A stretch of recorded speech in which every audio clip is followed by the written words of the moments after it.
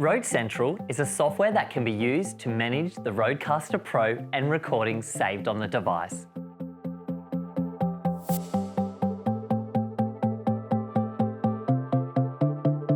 You can transfer student recordings, configure the smart pads, and conduct factory resets, among many other settings and controls.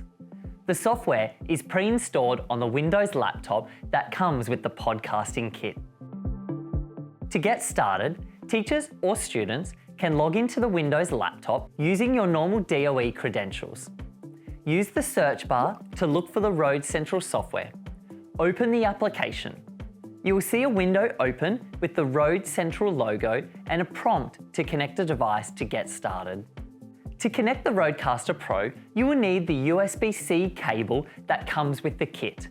Power on the RØDECaster Pro, plug one end of the cable into the USB-C connection labelled number 1. Plug the other end of the cable into the USB-C connection of the Windows laptop. After several seconds, you will see a device appear in the device list on the left-hand side of the screen. Using the trackpad, open the device by clicking on it. It may take another several seconds before the screen will change as the software synchronizes with the device. Once opened, you will see the name of the show at the top of the screen, followed by 4 different device categories. In the top right corner, you will notice a settings cog. In this settings menu, you can check the firmware version and conduct a factory reset. This is handy if students have accidentally altered settings. As student recordings are saved onto the SD card and not the device, a factory reset will not delete saved recordings. You will need to manually do this yourself. To manage recordings, click Transfer Recordings. This will place your RØDECaster Pro into transfer mode, and you will not be able to use the device during this time. Recordings will open on the left-hand side of the screen. Select desired recordings and a management window will open on the right.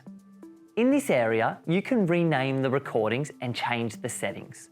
You can revise the recording using the track playback tools in the upper area of the window. In the format settings, when exporting recordings, change the file format from a WAV file to an MP3 file by using the drop-down menu. The sample rate should remain on 48 kHz. Looking at the bit rate, change this format to 320 kilobytes per second. This is a higher quality export. Loudness should not need adjusting. Once settings have been adjusted, select Export. Choose the location you would like to save the file to and click Select Folder to export. Remember to check the location where the file will be saved in, as the default location may not be a storage option that you use. You can choose to export a selection of a recording by moving the playhead in the playback menu in the upper screen. There is a smaller playback track at the very top of the screen that will allow you to easily move to the beginning or the end of the track. Simply move the beginning and the end points to capture the selection you would like to export. Adjust the settings as before and select Export Selection. You will notice a delete button which will permanently delete the recording. Now, let's take a look at customizing smart pads. In this space, you can upload your own custom sounds, such as an acknowledgement of country or regularly used sound effects to easily access during a live studio recording. Open this section from the main menu. Again, your device will be placed into transfer mode. You will notice 4 main categories along the top. Sounds and effects are the areas that are most commonly used. More experienced users may like to explore the further 2 categories. First, let's move through the SmartPad panels. You will find these panels on the right-hand side of the screen with the arrows below the panel. The first panel is sounds that are occupied by pre-installed sounds. You can tell this by the sound symbol displayed on each. The second panel is occupied by sound effects that have come pre-installed. The third and fourth panels allow you to upload your own sound or effect. Simply click the plus button on one of the empty pad squares. It will open under the category Sounds. However, you can change to the category Effects by selecting the type at the top of the screen. Once a pad is selected, you can navigate to choose the file option and select the file from the saved location on your computer. It will then upload and be assigned to that smart pad. If you have your headphones connected to the RØDECaster Pro, you can test the sound by pressing the allocated smart pad and listening for the sound.